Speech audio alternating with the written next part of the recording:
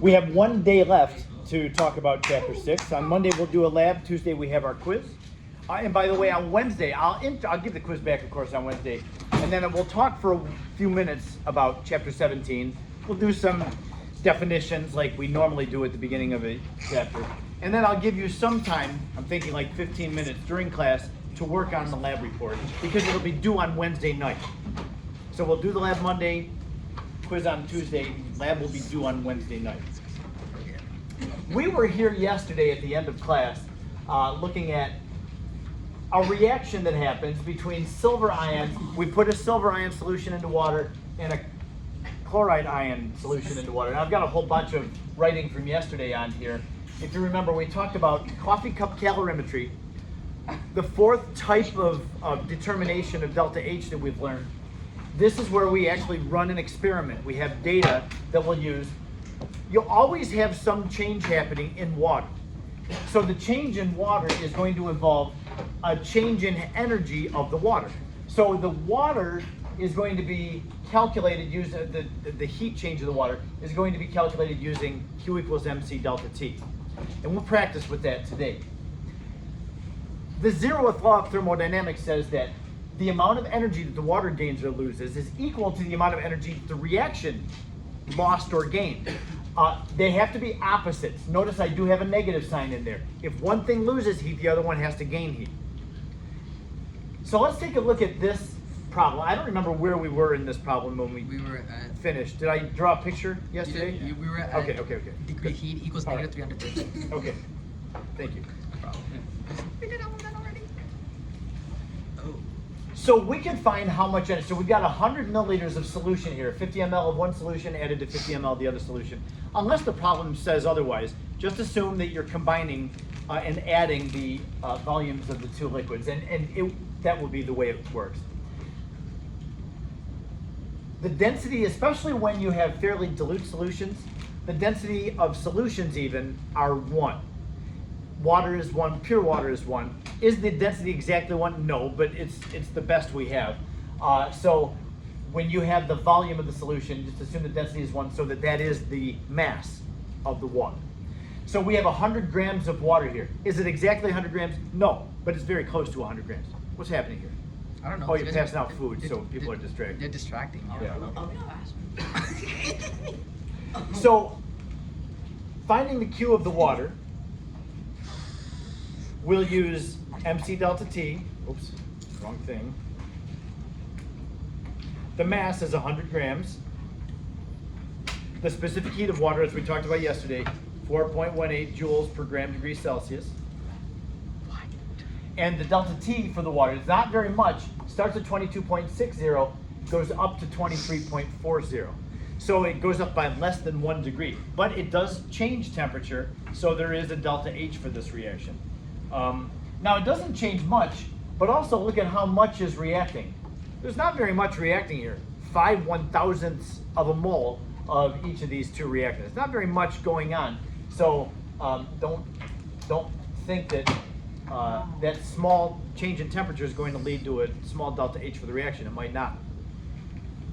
So the delta T is 0.80 degrees Celsius. Final minus initial temperature. So when we calculate this out, the Q of the water equals positive 330 joules. That means, yes, Sebastian. Does the unit you use for temperature matter? Like, it seems like it doesn't, but. You're right, it doesn't. Because, like, if I had these values in Kelvin, I'd add 273 to this and add 273 to this to get Kelvin. But when I subtract the two, I still get the same value. Oh, okay. So you can just leave, in this case, and when you have delta T, you can leave it in Celsius. But when you have just T, like PV equals nRT, it's got to be in Kelvin. All right. Okay? So yeah, the delta allows us to just leave it in Celsius, which is nice. I meant to mention that too, so I'm glad you asked. The water gained 330 joules of heat. That's because the reaction must have given off 330 joules. So delta H of the reaction is negative 330 joules. That's not quite the answer, though, to the question that was asked in the problem. It says, calculate the heat that accompanies this reaction. Okay, well, that was negative 330, but it says give it in kilojoules per mole of AgCl. Now that's different. We need to take the heat and divide it by how many moles of AgCl were produced.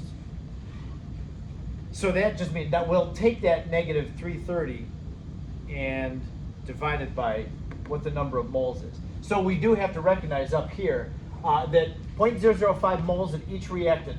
They reacted in a 1-to-1 ratio, so there's no limiting reagent here, and therefore 0.005 moles of AgCl was formed. We'll have to take that 330 and divide by 0.0050 moles. That gives us our final answer. Now, you'll see that for reactions, joules are a little bit inconvenient to use because a joule is a small unit.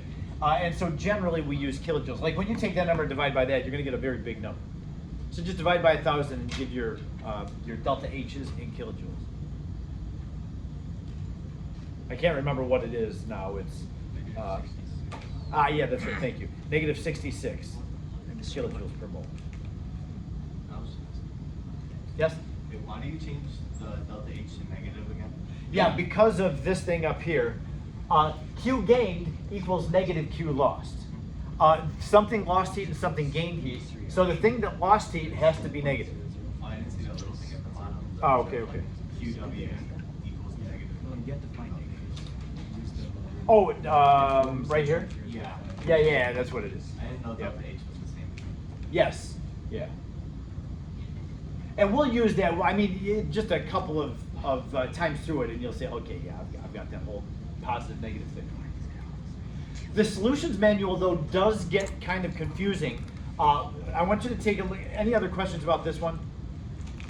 We're going to do some other examples of Q equals MC delta T and using the whole delta H connection. This next example, though, does not have a reaction happening in it. What we have here is just a warm piece of a metal added to water, and that changes the temperature of the water. Take a look at this. It says 150 gram sample of metal, some metal at 75 degrees, gets added to water, 150 grams, at 15 degrees. So we have a warm piece of metal put into cooler water. There will be an exchange of heat. The warm piece of metal will give heat to the water. That's what the 0th law of thermodynamics says. Two objects in thermal contact, the warmer one will give heat to the cooler one and continue doing that until the two are at the same temperature. So that's exactly what happens here. It says the temperature of the water rises to 18.3. It goes up because it was being warmed up by the metal. Calculate the specific heat capacity of the metal. Given this, the specific heat of water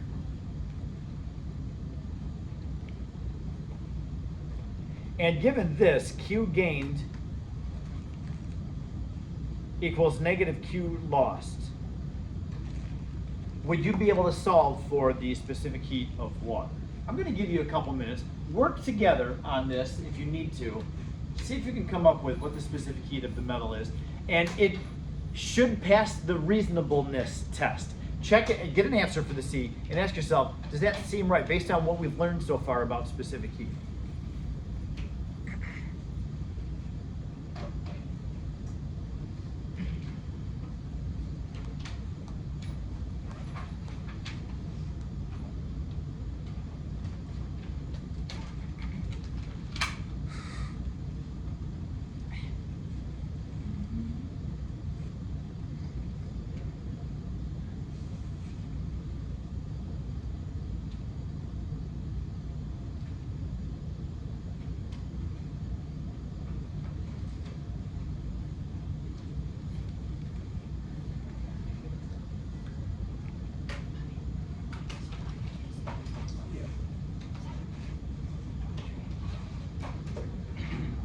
Should be positive, so if you have a negative value for the specific heat, you missed out on a negative sign somewhere. Because you have to get a positive specific heat value. There's no such thing as a negative.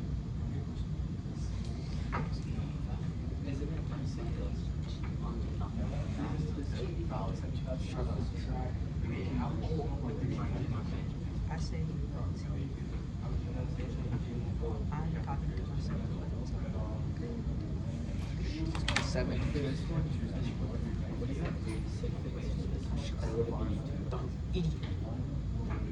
You're stuck with 2. Yeah.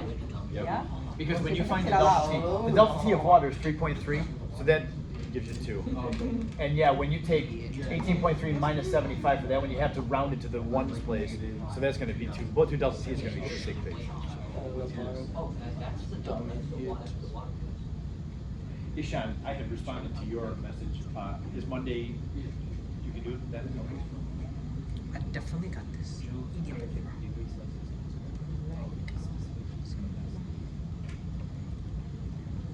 Okay, I'm going to put the solution up here. Don't look at it unless you're done.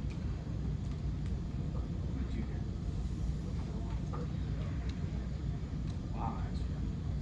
That's wild. Okay, never mind. Sorry. How are you? I got QWs 33550. I can't see. Oh my god, oh my god.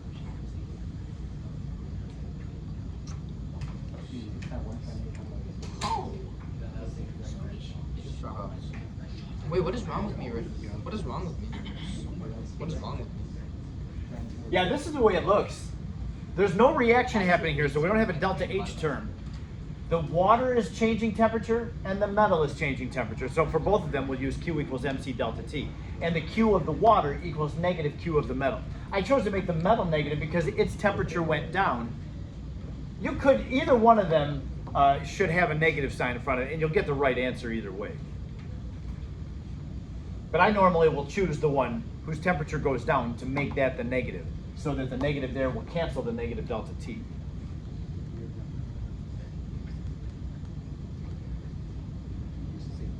I told you to check the reasonableness of your answer.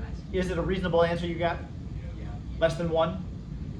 Metals have a specific heat of 0.1 to 1. Remember, water is unusually high, so you definitely wouldn't want anything above water. 0.24 seems like it's reasonable. That's what our answer is.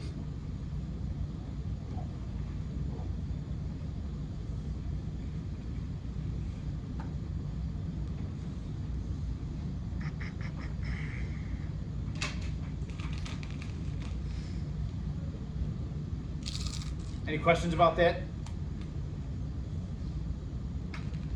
You'll have problems like this in the book. It's calorimetry because we've got, you know, this exchange of heat happening. It doesn't even say that it's an insulated container, but it doesn't need to because it says at the end, all the heat lost by the metal was gained by the water. That means it had to be in an insulated container. Now the next slide is going to take us to an actual experiment. Not the one on Monday, we need to do an experiment today. So what I'm going to do, I'm going to have to put some data up on the whiteboard. So take a look at this next slide. It gives us a reaction. More of a physical change because we're just dissolving a solid. It's not really a reaction, but it's written as a chemical equation and we can think of it as a reaction. Ammonium chloride, solid, is put into water and dissolves. And when the ammonium chloride dissolves, the ammonium ions and chloride ions break apart from each other. We're going to have 8 grams of ammonium chloride. Now, before school this morning, I went to the back and I got ammonium chloride and I measured out 8.00 grams of it. So that's going to be our first piece of data. I'm going to just ask you to trust me that I really did measure out 8.00 grams. So mass of NH4Cl is 8.00 grams. We'll also need the mass of water. The mass of water, I'm going to just measure out, and I'm going to try to get that meniscus close to the 100 mark. I'm not going to stand around and get a dropper and go drop by drop. I mean, we're trying to have a class here. So I'm just going to try to get very close to the 100 milliliter mark, which would be 100 grams of water.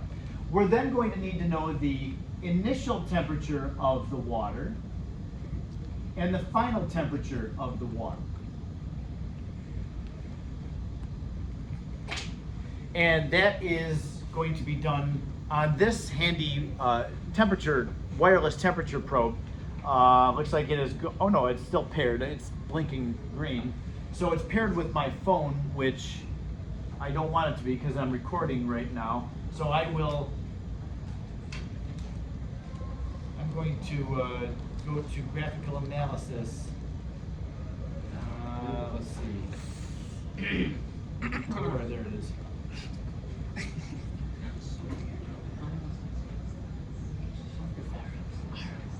Okay, sensor data collection, proximity connect. I don't know if it's going to pair because it's already paired to the phone. All right, Olivia and anybody else watching this, sorry, I have to do